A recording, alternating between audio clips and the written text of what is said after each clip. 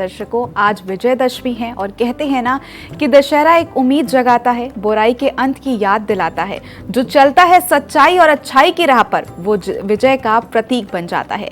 दशहरा हिंदुओं का एक प्रमुख त्योहार माना जाता है और देवी दुर्गा ने 9 रात्रि और 10 दिन के युद्ध के बीच महिषासुर पर विजय प्राप्त की थी। भगवान राम ने इसी दिन रावण का वध किया था और इसी के साथ ही आज के दिन असत्य पर सत्य की विजय हुई थी, बुराई पर अच्छाई की जीत हुई थी। तो आइए विजयदशमी के दिन आचार्य जी से जानते हैं भगवान राम की कुंडली के बारे में। आखिर क्यों भगवान राम को मर्यादा पुरुषोत्तम कहा जाता है? आचार्य जी हमारे दर्शकों को बताइए। जी चेल्सी जी, आज के दिन आपने बहुत अच्छा विषय रखा, भगवान राम की कुंडली के ऊपर विवेचना। मैं अपने दर्शकों को बताना चाहता हूँ कि भगवान राम क्या था उनकी कुंडली में, क्या योग थे। कहते हैं पंच महापुरुष राजयोग, जो कि किसी न किसी कुंडली में 1 या 2 होता है, तो उनकी कुंडली में 5 योग थे। उसके बावजूद भी उनको जीवन में कष्ट उठाने पड़े। क्या थे उनके कारण, कैसे बने वो मर्यादा पुरुषोत्तम और क्यों युगों युगों तक उनका नाम चलेगा, आज हम उनकी कुंडली से जानेंगे। एक छोटी सी विवेचना हम करेंगे।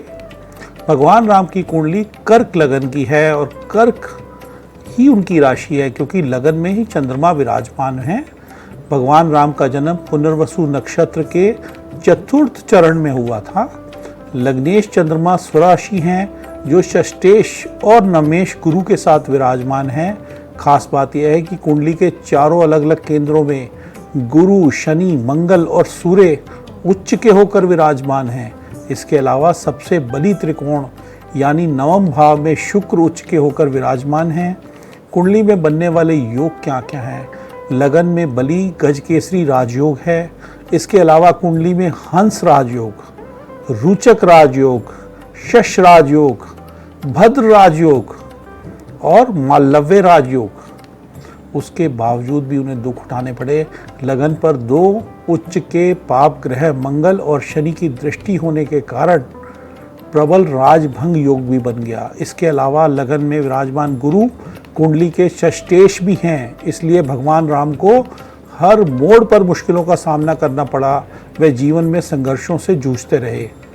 क्यों कहलाए वो मर्यादा पुरुषोत्तम? हालांकि लगन में बैठे गुरु नमेश भी हैं, जिसके चलते वे जीवन भर नीति और न्याय का पालन करते रहे और मर्यादा पुरुषोत्तम कहलाए। दशम भाव में विराजमान उच्च के सूर्य ने उन्हें न्यायप्रिय राजा की ख्याति दिलवाई, इसलिए उन्हें कई युगों के बाद आज भी पूजा जा रहा है। सुखों से दूर कुंडली में रहने के लिए राहु तृतीय भाव में, जिन्होंने उनके पराक्रम में इजाफा तो किया, वहीं शुक्र उच्च के होकर नवम भाव में केतु के साथ विराजमान थे, इसलिए उन्हें दुख सहने पड़े, सुखों में रुकावटें आईं।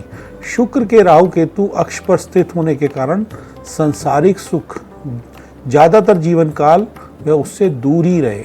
तो बिल्कुल आचार्य जी, बहुत बहुत शुक्रिया तमाम सारी जानकारी के लिए। यहाँ आचार्य जी ने भगवान राम की कुंडली के बारे में बताया, किस तरीके से उनको मर्यादा पुरुषोत्तम कहा जाता था, ये भी आचार्य जी ने बताया। कितनी अच्छे तरीके से यहाँ आचार्य जी ने विवेचना की है।